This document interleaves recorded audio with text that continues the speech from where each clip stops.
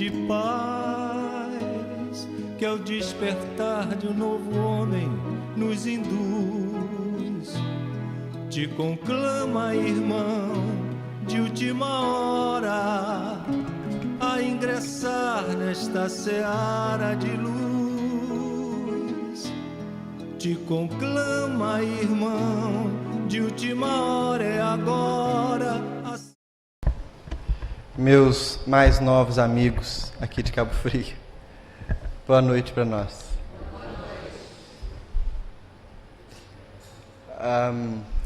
É com muita alegria que a gente vem a essa casa conversar um pouquinho a respeito dos princípios fundamentais do Espiritismo e tentar desdobrar um pouco aspectos que são tão preciosos para o entendimento da nossa mente.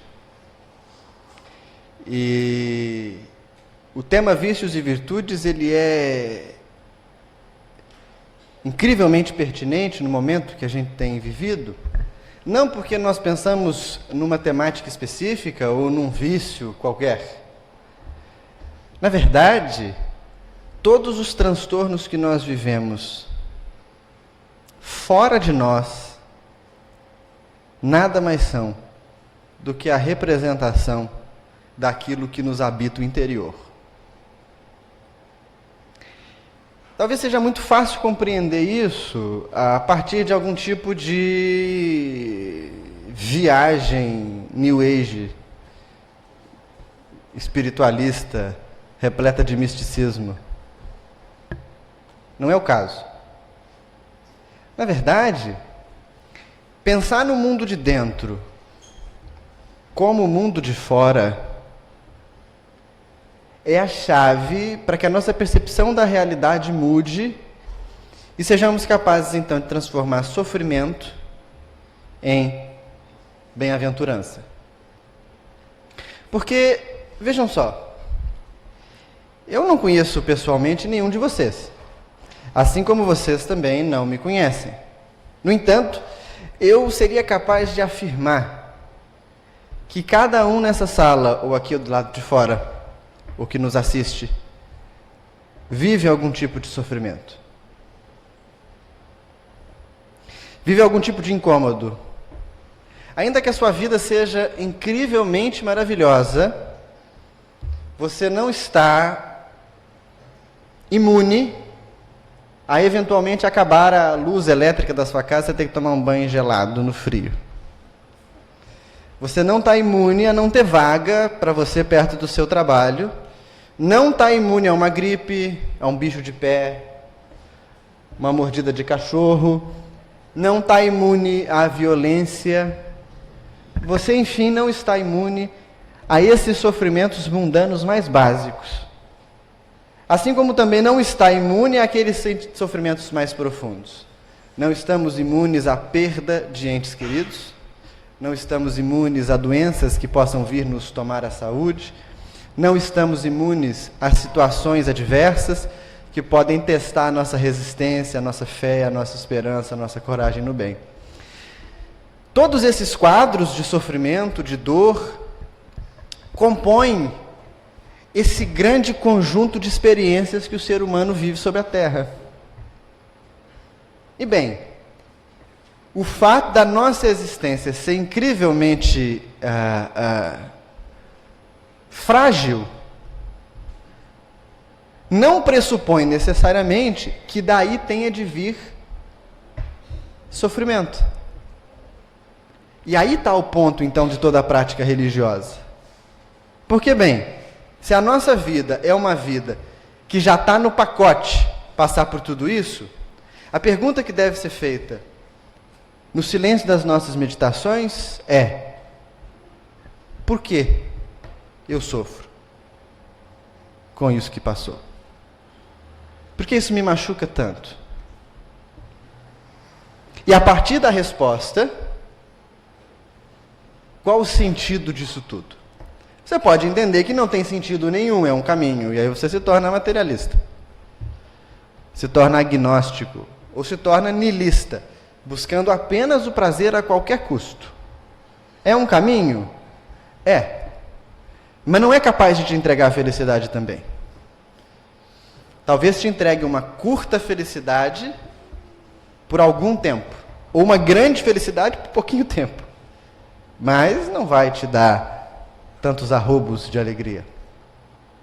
Se você escolhe, então, praticar espiritualidade em alguma escola, a pergunta se torna: sendo espírita, onde está a raiz do meu sofrimento?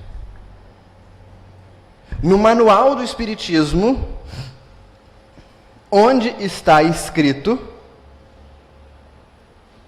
onde se insere o roteiro para a libertação do sofrimento? Mas vê, cada vez que a gente faz isso, nós vamos tendo que aprofundar mais um pouquinho, né? Não só aprofundar no livro, mas aprofundar em nós. Não só aprofundar na teoria, mas olhar com coragem para o espelho da própria consciência. A gente adora poetizar as coisas e romantizá-las. E a gente diz assim: a minha mente é uma janela, através dela eu vejo o mundo. E a gente fala um monte de coisa ligada a isso. Mas, na verdade, Emmanuel vai nos apresentar, no livro Pensamento e Vida, o fato de que a nossa mente é o espelho da vida em toda parte. De modo que ela reflete, fora de nós, o que habita no imo do nosso coração. Quando Kardec questiona os espíritos a respeito de quais seriam os piores obstáculos para que a alma progrida, eles vão responder para nós que os adversários do progresso são 2. E, na verdade, nós vamos estendê-los a 3, e vocês vão concordar comigo. O primeiro deles, orgulho. E o segundo, egoísmo. O terceiro, que é o que pressupõe o nascimento do orgulho e do egoísmo, que é a mãe de todas as carências morais, que é o pai de todos os vícios, ignorância. Por sermos ignorantes da realidade que nos constitui o espírito, nós somos orgulhosos e somos egoístas. E o orgulho, ele se manifesta como uma sensação muito curiosa, que nos faz pensar que somos naturalmente melhores que os outros. Ele faz com que a gente imagine que Deus gosta de todas as pessoas. Mas é claro que Ele gosta mais de mim. Ele faz com que a gente pense que a forma com que eu estudei o Espiritismo é muito melhor do que a forma com que as outras pessoas estudaram. E ele vai, em todos os níveis do meu relacionamento com outras pessoas, envenenando a visão de mundo, para que no fim eu me torne o centro de tudo. Quando o orgulho é ferido, ele vai se manifestar de uma forma muito peculiar. Raiva, violência. Como nós vivemos nos tempos do orgulho, nunca houve tanta violência. Violência explícita, não é? Mas nunca houve tanta violência simbólica. Nunca houve tanta violência intrafamiliar. Nunca houve tanta violência dentro das casas religiosas. A diferença é que na casa espírita a gente faz violência com um sorriso no rosto, chamando o outro de meu irmão. Pega. Mas nunca houve tanto. Por quê? Porque o orgulho, quando se fere, se transforma em raiva. E o egoísmo? O egoísmo, ele deriva do orgulho. E nós podemos chamar de egoísmo todo apego doente a que a alma se entrega. Então eu me apego ao meu corpo, eu me apego aos meus relacionamentos, eu me apego aos meus parentes, eu me apego aos meus filhos, eu me apego ao meu trabalho, eu me apego. A vida vem sem pedir licença, tira da gente o que a gente acha que é indispensável. Se você é cabeludo, fica careca. Tem todos os dentes na boca? Perde. Tem saúde? Fica doente. É magrinho? Engorda. É gordinho? Engorda mais. Essa aí é uma regra que você não volta. Essa é uma regra que você não volta. Nós criamos delírios. E aí a pessoa procura a gente na casa espírita e diz assim no atendimento fraterno: meu marido não podia ter me falado daquele jeito. Não podia ter me tratado daquela maneira. Olha, tanto podia como tratou. Se não pudesse, na hora que ele fosse te falar uma bobagem, ele tinha um infarto fulminante e morria. Aí Deus fazia para você assim: pode. E o que faz com que disso venha sofrimento? O apego, o egoísmo inserido, disseminado nas minhas práticas de convivência mais sutis. Bem, quando nós juntamos apego com orgulho, quando nós juntamos raiva com egoísmo, nós criamos um campo fértil para o sofrimento.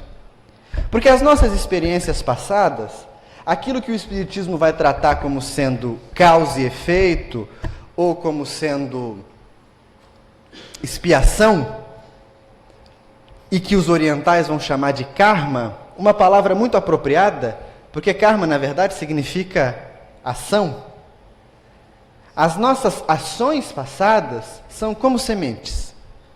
Imaginem o seguinte: eu tenho uma semente de maçã na minha mão. Caso eu segure a semente de maçã assim por 20 anos, eu posso ter a fé do mundo. Não vai nascer uma macieira aqui. Concordam comigo? Agora, se eu for à beirada da praia e plantar aquela semente de maçã na areia, também não nasce. Eu preciso de um solo que ofereça as condições mínimas de clima, de nutrientes, que permita ali a maçã brotar e crescer. As nossas ações pretéritas são como sementes.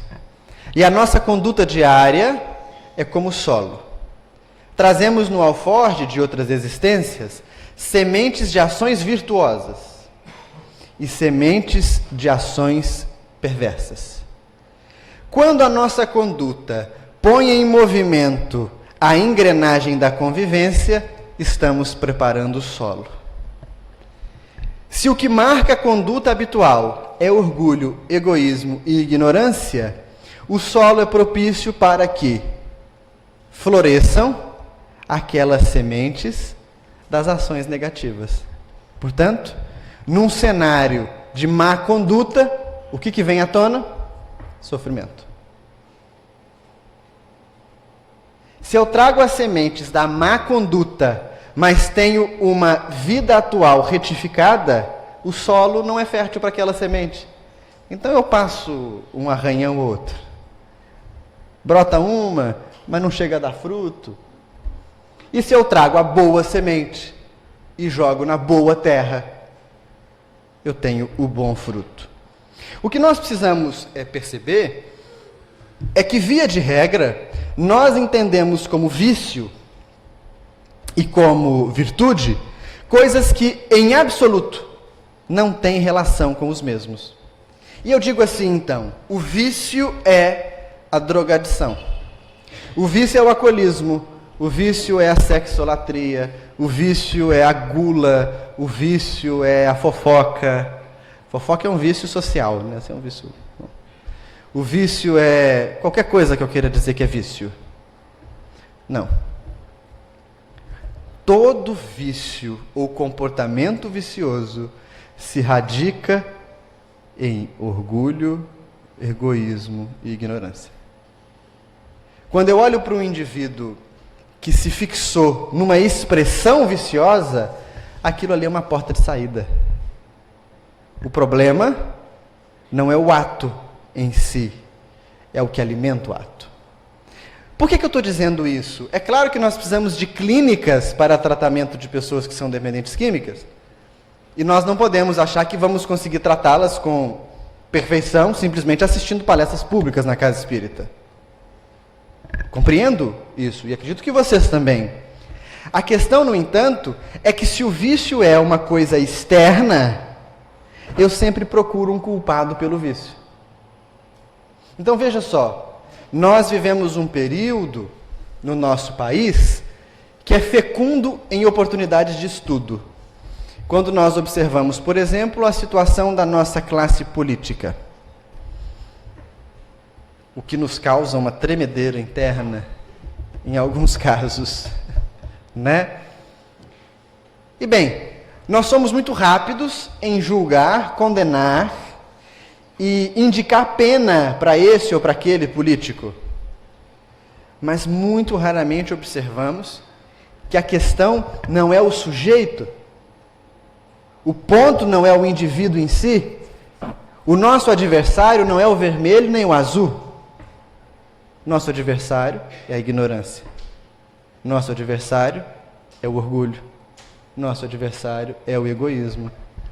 Porque, de outra forma, o que acontece? Nós gastamos grande cota de tempo espantando as moscas da ferida, sem tratar a origem da dor. E aí, bem, nós podemos vir na casa espírita por 30 anos, tomar passe toda semana, 3 vezes. Podemos começar a dar passe, receber espírito na reunião mediúnica, psicografar obras. No entanto, se não formos capazes de tratar a fonte do sofrimento, ele sempre surge de novo. E surge de novo. E surge de novo.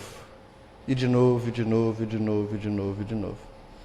Isso acontece com vocês, não acontece?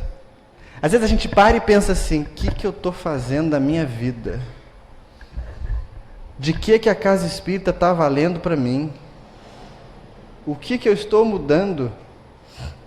E eu penso nisso. Frequentemente, qual é o aspecto concreto que a instituição, que o ensino, que a prática espírita tem acrescentado na minha rotina? Porque simplesmente dizer que a casa espírita me permite viajar para Cabo Frio para fazer palestra, não é bem o ideal de iluminação, né? O que ela de concreto consegue transformar? De que modo esses 3 vilões que a gente se referiu podem sofrer uma derrota limpa no mundo dos nossos sentimentos? É aí que entra o valor de uma prática espiritual segura, disciplinada, séria. Na questão 893 do Livro dos Espíritos, que é aquela que abre o item em que Kardec trata dos vícios e das virtudes, Allan Kardec pergunta assim: qual a mais meritória de todas as virtudes? Porque a grande distância de nós ficarmos falando só do mal e promovermos o bem. Portanto, Kardec questiona: qual a mais meritória de todas as virtudes? Aí a gente pode fazer um bolão, né? Caridade, compaixão.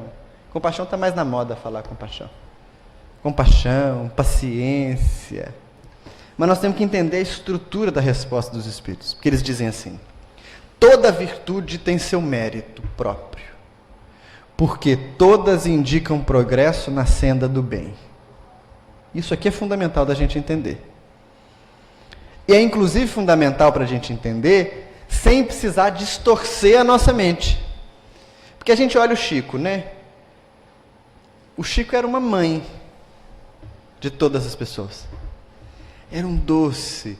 Não sei se vocês ouviram falar de uma atriz brasileira, foi muito famosa no século XX, chamada Luz del Fuego. Ela era nudista e foi assassinada numa praia de nudismo, tristemente. Ela fazia shows muito sensuais para a época, seminua. Hoje é uma terça-feira velha na praia, né? Naquela época era o fim do mundo. E a Luz del Fuego decidiu que seduziria Chico Xavier. E num hotel em Belo Horizonte, Chico subia da janta, uma noite fria, no fim do corredor, seu quarto. Na metade, o quarto da atriz. Enquanto ele passava, ela abriu a porta nua, em pelos. Chico olhou para ela e disse assim: ô minha filha, põe uma roupa que você vai gripar. Era uma doçura, incapaz de gerar constrangimento. Incapaz. Certa vez, colocaram em Uberaba, já na mão dele, uma revista erótica, durante a sessão. Imaginem bem, eu estou aqui fazendo a palestra, entra alguém e me põe uma revista na mão. Aí o que o Chico fez? Abriu a revista. Aí agora vocês já estão vendo a capa, né? E o Chico ficou folheando, assim. E aí o constrangimento foi só subindo, né? O que o Chico está fazendo, gente?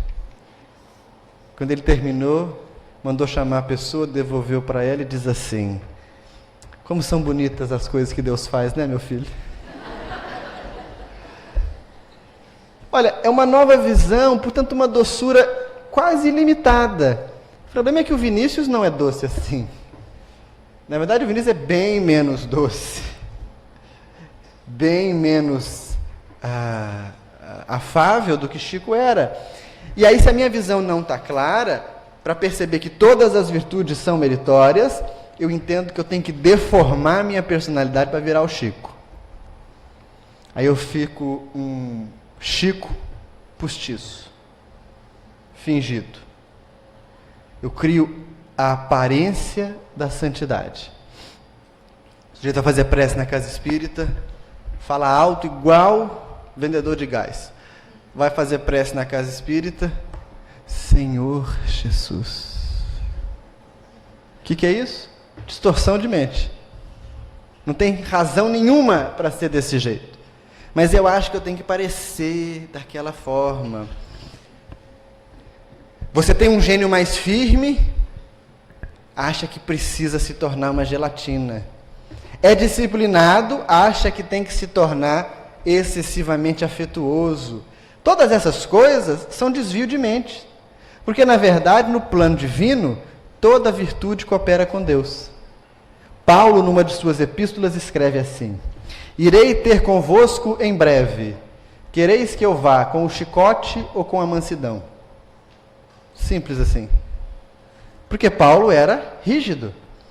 Enquanto Saulo era duro, determinado, objetivo. Quando vira Paulo, duro, determinado, objetivo. Só que direcionado para o que é bom. Então, o primeiro ponto que os Espíritos esclarecem é que a prática do caminho espiritual, ela é tão plural quanto nós somos também diferentes.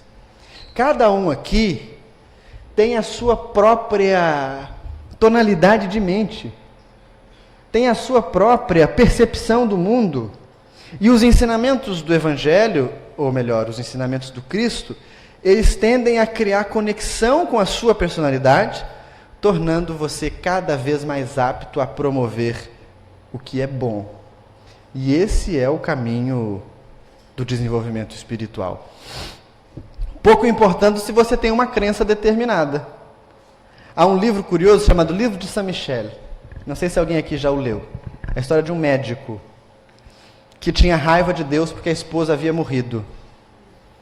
E aí ele disputava com Deus quem salvava mais doentes. Em ondas de peste, o médico arrombava aqueles cátres com as pessoas semi-mortas e se dedicava a tratá-las. Quando ele salvava alguma, ele dizia: essa fui eu, Deus, não foi você. Salvou centenas de pessoas durante a vida. Tinha raiva de Deus. Foi um grande cooperador.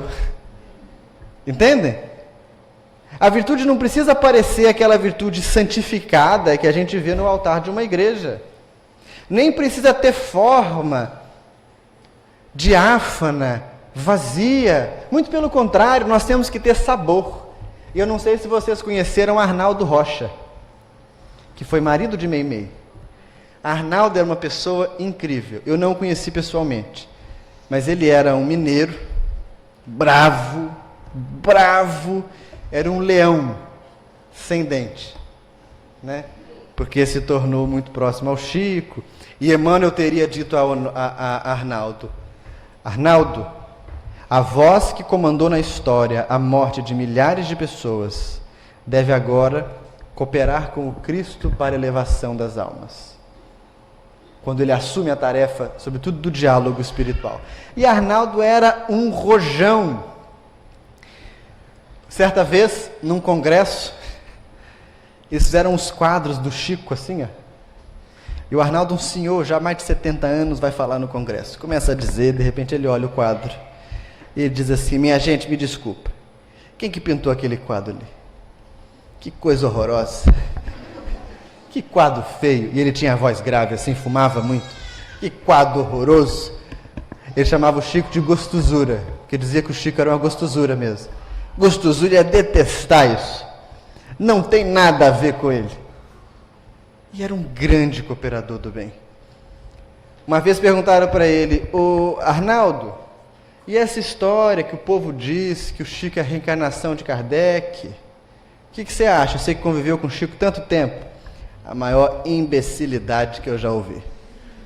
Tem uma entrevista dele falando isso para a Globo. Mas ele fala sem mudar o rosto. Eu não estou querendo dizer que falar desse jeito é o correto, mas ele cumpriu o papel que tinha, expressando o ensinamento na tonalidade da sua personalidade. Por isso toda virtude é meritória. Quando ele desencarnou, Wagner Gomes da Paixão, que muitos de vocês conhecem, é nosso amigo querido, esteve na nossa casa espírita. E numa sessão, nós estávamos todos participando, Wagner recebeu o Arnaldo. E foi um momento muito bonito, porque foi uma transfiguração completa. O rosto de Wagner mudou, a voz de Wagner mudou, tudo mudou. E Arnaldo foi nos visitar.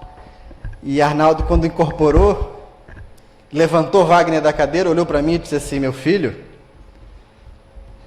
muito bonita a sua esposa. E eu disse: a sua também era, Arnaldo. Totalmente desprendido desses clichês que a gente cria como clichês virtuosos.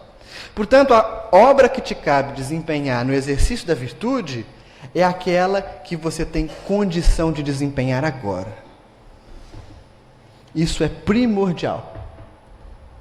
Primeiro eu vou me amadurecer, primeiro eu vou criar bagagem moral, primeiro eu vou me amansar, esquece isso. O trabalho que Deus quer de você é o trabalho de agora. É o que você pode fazer hoje. Isso continua sendo bem clichê e poético, né? Mas é concreto. É o que você pode fazer hoje. É o que você pode fazer agora. Porque os espíritos continuam.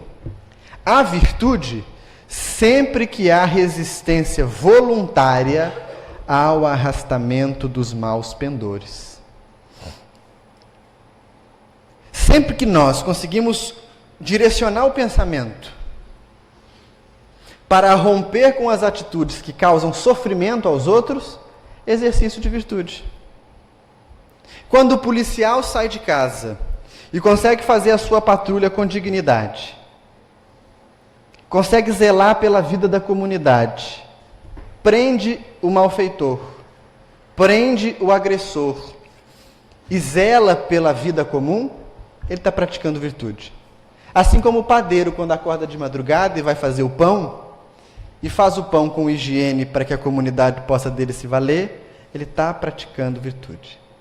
O político eleito pelo voto democrático, que assume a função de gerenciar o bem público e o faz sem nenhum tipo de atitude corrupta, está exercendo virtude.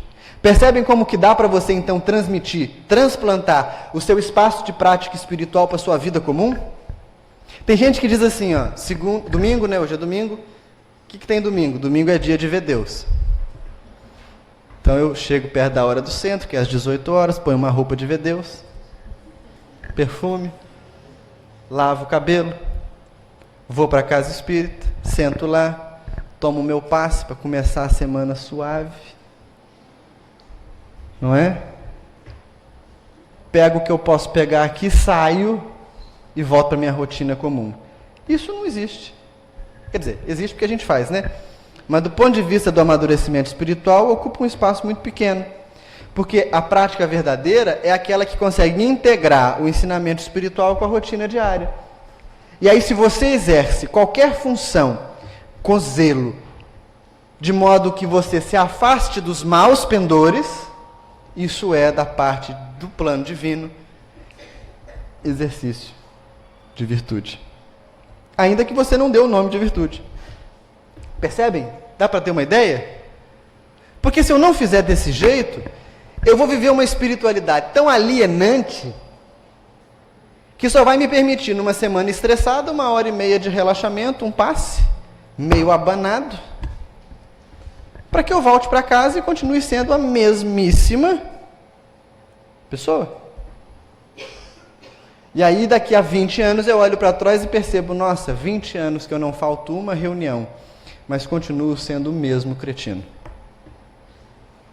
Ou a mesma cretina, porque moça também passa por isso. Se a prática não é integrada à rotina, então se você acorda de manhã e vai comprar pão, se você vai levar seu filho para a escola, ou se você vai para o trabalho, esse exercício é um exercício de prática espiritual. E se nesse caminho você consegue evitar que pessoas sofram, você está sendo instrumento de Deus. Agora, se você causa sofrimento, aí é ruim mesmo. Porque a consequência é bem negativa. Os Espíritos ainda dizem, a sublimidade da virtude, porém, isso aqui é fantástico, está no sacrifício do interesse pessoal pelo bem do próximo, sem pensamento oculto. A mais meritória das virtudes é a que se assenta na mais desinteressada caridade. Aqui é o calcanhar de Aquiles. Aqui é o calcanhar de Aquiles. A gente quer iluminar, quer alcançar esse plano divino, para deixar de ter que nascer nesse mundo miserável e sofrer esses problemas horrorosos e seguir o nosso caminho de outra forma. Não é? Não aguento mais nascer aqui, eu devo ter tampado pedra na cruz. Devo ter acertado. Eu tenho que cumprir logo as minhas obrigações, porque eu quero rachar fora. Não quero ficar mais nesse planeta. Todos esses pensamentos são pensamentos anti-virtude. Por que eles são anti-virtude? Porque eles reforçam ignorância, orgulho e egoísmo. A virtude verdadeira, segundo os Espíritos, se assenta no mais puro desinteresse pessoal, sem intenção oculta. E aí tem gente que diz assim, eu vou no centro, eu aplico passe, eu ajudo na obra social, vou pedir para Deus para eu trocar de carro. Uma vez eu tinha terminado palestra numa cidade, não tinha ônibus, não tinha condução. Eles tinham que me levar até o trevo de um outro município para que eu pegasse o ônibus e seguisse viagem. Então eles saíram de carro comigo, daí a alguns minutos, a pessoa que me levava disse assim, Vinícius, esqueci o documento do carro. Reza para o Dr. Bezerra de Menezes aí ajudar a gente. Que fim de carreira, né, gente? Dr. Bezerra furar blitz. É fim de carreira total para ele. E a pessoa disse para mim, com a cara mais lavada do mundo, reza para o Dr. Bezerra de Menezes. Que rezar para o Dr. Bezerra de Menezes? Ele não tem nada a ver com isso. Se tiver um policial ia te parar, acabou. Sem documento, o resultado é um só. Mas a gente desvirtua porque a gente pensa assim, eu estou fazendo bem, e fazendo bem, eu mereço uma atenção diferente. Eu estou juntando uma poupancinha lá no mundo espiritual, será que não? Tem que ter. Domingo, quase 7 horas, eu podia estar lá na minha casa, vendo minha televisão. O que eu vim despencar cá em Cabo Frio para fazer palestra? Tem que ter uma poupança para mim, não tem? Não, não tem. Não assim. Porque isso é colocar sempre um interesse oculto por trás do ensinamento. Na verdade, essa é uma troca que a gente faz com Deus. E segundo os Espíritos, esse comportamento gera os seus frutos. Mas geram os frutos aqui, nesse mundo, que é o mundo da transitoriedade. Portanto, gera um fruto transitório incapaz de livrar a gente do sofrimento duradouro. Percebem? Por outro lado, quando a gente pensa em desinteresse, quando a gente pensa em ação pelo outro, aí se insere o segredo da jornada espiritual. Já ouviram a história de que Bezerra de Menezes teria sido convidado por Celina para sair da Terra e ir para as esferas superiores? E aí ele disse assim: eu não vou, porque eu quero ainda ajudar os meus companheiros que estão aqui. Me deixa mais um tempo e tal. E a gente olha aquela imagem, a gente se emociona, né, quando ouve a história, acha muito bonito. Por que a gente acha bonito? Porque se alguém falar com a gente assim, quer ir embora da Terra, nós já estamos com a mochila pronta. Agora, né? Vamos para outro planeta onde não tem sofrimento, não tem dor, todo mundo é feliz. É agora. Nem bagagem a gente carrega. Só que esse voto que Bezerra de Menezes faz, de não deixar de praticar o bem para todos os seres, é um voto que nós teremos que fazer um dia. É um voto que demonstra a compreensão real do caminho espiritual. No Oriente eles chamam essa conduta da conduta do Bodhisattva. Há um livro muito profundo chamado Bodhicharyavataya, mas traduzido significa o caminho do Bodhisattva. É mais fácil. E ele fala exatamente desse comportamento do indivíduo que assume para si a tarefa de não causar mal voluntário a outros seres e a fazer todo o bem que é possível na sua condição para beneficiar o outro. Esse é o nosso destino, porque a virtude só é real quando ela se baseia no bem do próximo e nos menores espaços de bem do próximo. Desde a tarefa que você faz na casa espírita, até o alimento que você cozinha com carinho para os seus filhos, a casa que você arruma para os seus pais, a moeda que você dá para o mendigo na rua. Mas ainda além daquilo que você faz materialmente, contando sobre tudo o que você carrega na mente.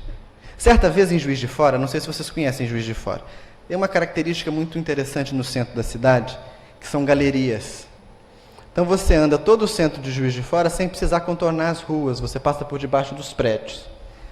E eu estava andando pela rua, eu era bem mais novo, e um morador de rua na esquina de uma galeria me parou e falou assim: ô moço, não vou mentir para você, me dá 50 centavos para eu tomar uma pinga?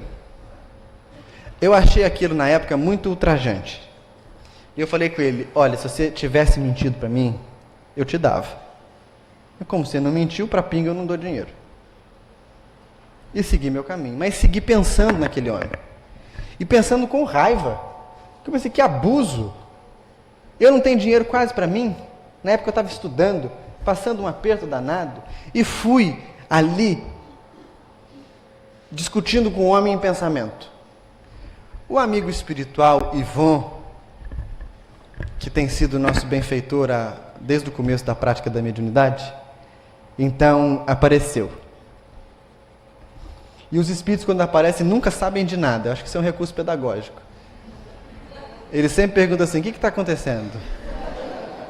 Eles querem que a gente pense também, né? E aí ele perguntou: o que está havendo aí? Eu disse: nada. Você está pensando muito num rapaz?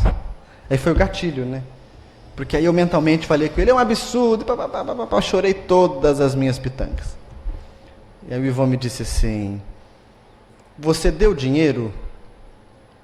Eu disse: não. Então, cale a boca e siga. Mas e se eu tivesse dado o dinheiro? Calasse a boca e seguisse. Porque esse homem te pediu dinheiro e não opinião. Muito me admira você, que se diz estudante do pensamento, não reconhecer o poder que centenas de imagens mentais como a sua têm sobre aquele pobre coitado. Olha, foi um soco na boca do estômago. Mas ele está coberto de razão. Porque o gesto desinteressado não está só na ponta da mão, não está na contagem do dinheiro. O gesto desinteressado está no pensamento, está no sentimento. De modo que se você vai dar R$1 para o mendigo, você diz para ele assim: olha, que esse R$1 seja para você fonte de muita alegria. Não interessa o que ele vai fazer com o dinheiro uma vez que você decida dar. Uma vez um amigo me contou uma história, que deu dinheiro para um morador de rua e disse para ele assim: não vá comprar bebida, hein? Deu R$2. E o morador respondeu: não, pode deixar, eu vou comprar um apartamento. Claro! Óbvio, não é? Simples como o dia que amanhece. Pena que não, né? E isso tudo aponta para a nossa dificuldade de reconhecer o sofrimento do outro como objeto da nossa prática espiritual. Adolfo, bispo de Argéus, quando escreve a página A Beneficência, que está contida no Evangelho segundo o Espiritismo, nos diz: pudesseis, meus filhos, ter por doce, em algumas traduções, por simples ocupação, tornar felizes os outros. Isso é exercício de virtude. Desde o momento que a gente desperta até o momento que a gente se deita, incontáveis vidas estão implicadas na nossa rotina. Vejam, eu estou aqui hoje, graças a companheiros que gentilmente nos convidaram, a outros que afavelmente nos receberam, dedicaram a nós o seu carinho, a sua gratidão. Mas além disso, o pão que eu comi pela manhã carrega na sua constituição incontáveis mãos. As roupas que eu visto passaram por várias e várias pessoas até que chegassem a mim, desde o plantio, colheita, a fiagem do algodão, a tessitura do tecido, o corte, a costura, a tintura, a venda, e ainda por outras mãos que lavam, passam, limpam. Portanto, a nossa vida é completamente interdependente. Olha, isso extrapola muito o limite da nossa atividade assistencial da Casa Espírita. Quanto mais quando a gente doa para a Casa Espírita violão sem corda, tênis sem cadarço, camisa sem botão. É o cúmulo, né? Nossa, dá uma preguiça, porque a pessoa quer limpar a garagem e manda para a Casa Espírita. Quer limpar o guarda-roupa e manda para a Casa Espírita. Mas esse é assunto para um outro estudo. O ponto é que nós começamos a perceber que as nossas vidas estão íntima e completamente conectadas. Não é possível que nós sejamos uma ilha de felicidade num oceano de tristezas. No entanto, quanto mais o tempo vem passando, e nós conversávamos há pouco na entrevista ali com os amigos, que as pessoas têm um ânimo, uma esperança vigorosa no futuro, né? Vai tudo melhorar, vai tudo ser divino, as pessoas vão andar pela rua de mão dada, né?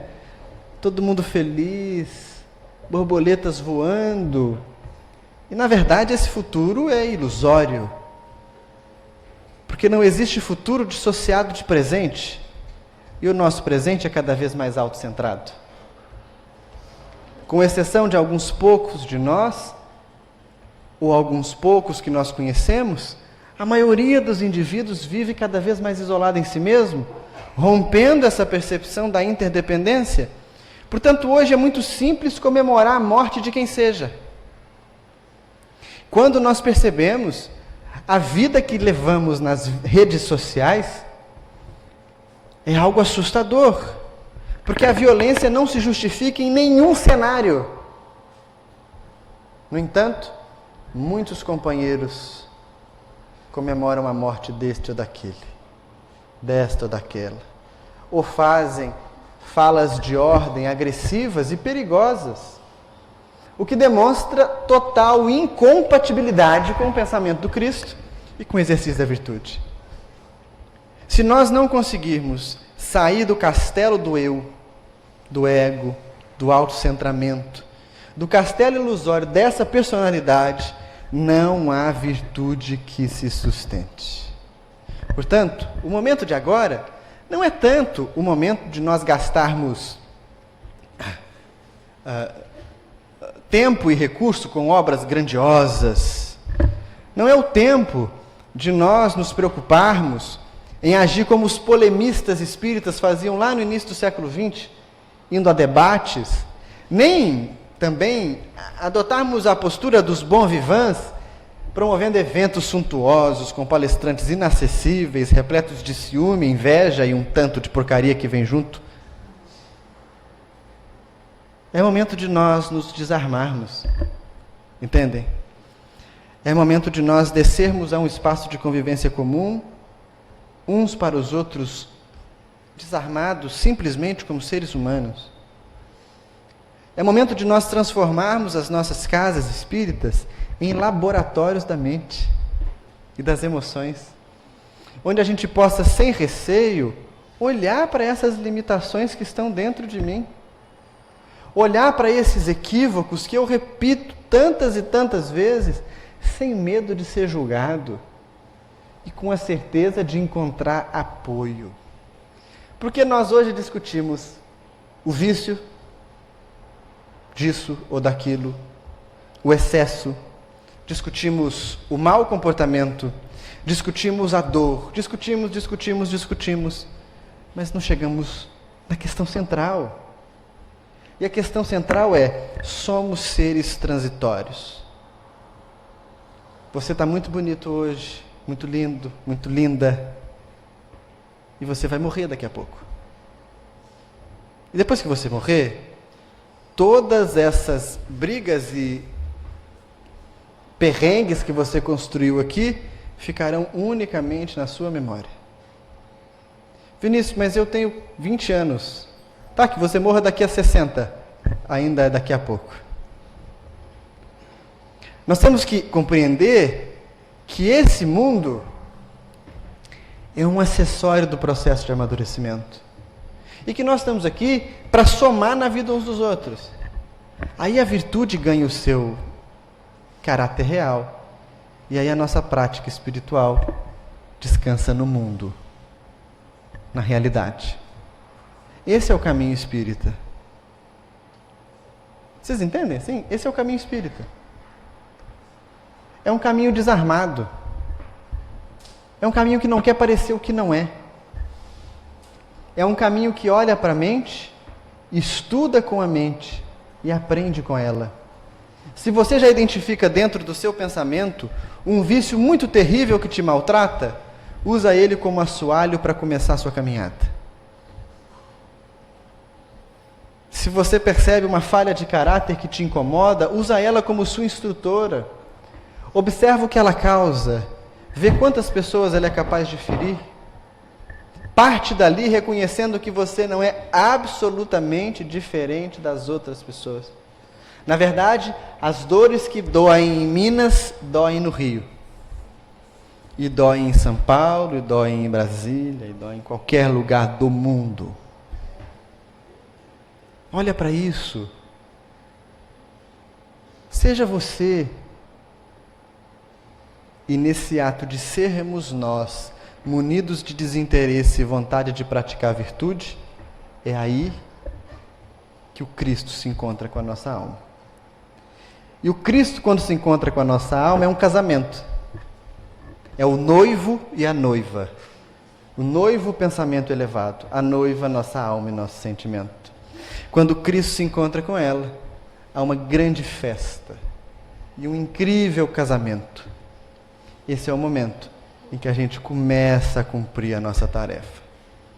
Vinícius, e quando eu fizer isso, como vai ser? Não tenho a menor ideia. Quem descobrir primeiro, volta e conta para o outro.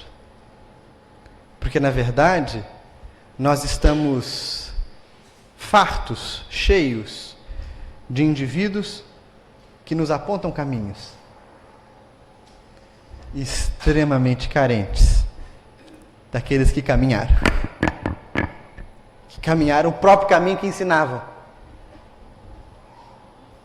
Portanto, a nossa meta hoje, particular, não é de parecer virtuoso. Não é de parecer santo. Não é de parecer bom. É de tentar ser virtuoso, ser santo e ser bom, mesmo sem parecer. A nossa meta não é de arrancar aplausos ou de construir obras infinitas, grandiosas, inacabáveis, faustosas. Nossa meta é de conseguir transferir a casa espírita para a rua, para a praia. Você gosta de dançar forró e você sai então uma sexta-feira à noite para dançar forró, muito bem. O baile do forró é a sua casa espírita naquele momento. Se vira. Percebem? Aí o mundo muda. A virtude muda. Você muda. E todo lugar é lugar de prática. Esse é o nosso caminho. É isso que o Espiritismo tem que causar na gente. Do contrário, será mais uma distração. Recebi o sinal de que o nosso tempo está chegando ao final.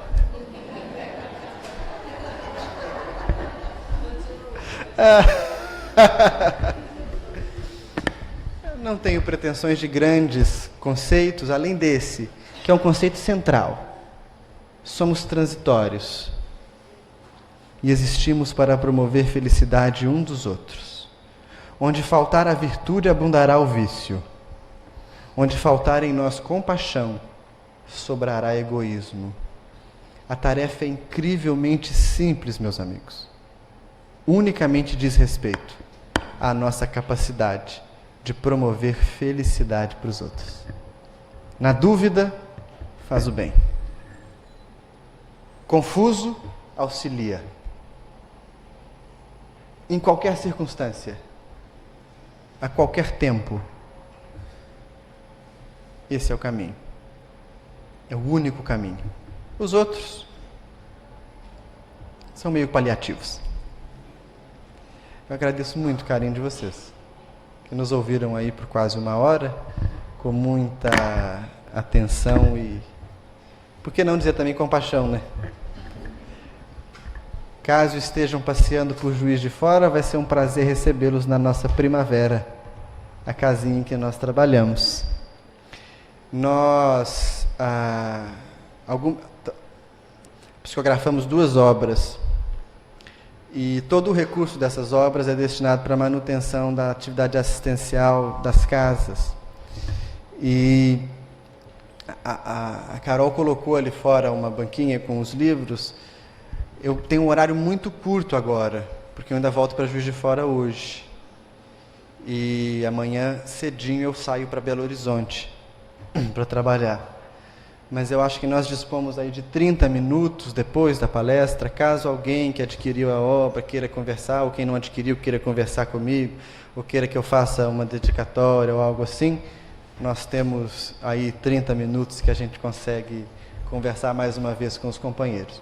Como nós estamos encerrando o nosso ciclo aqui na região dos Lagos, eu agradeço profundamente o carinho de vocês que nos receberam nesses 2 dias, que dividiram o que vocês têm de mais precioso conosco, a atenção, a casa de vocês, a companhia de vocês, para nós que somos semi-incivilizados, né? Eu espero que as sementes que a gente pôde lançar nesses dias fiquem de alguma forma na terra boa, e que quando nós retornarmos aqui, caso retornemos, nós possamos ter oportunidade de estreitar ainda mais os laços que nos unem na prática da virtude e da iluminação. Um beijo no coração de vocês.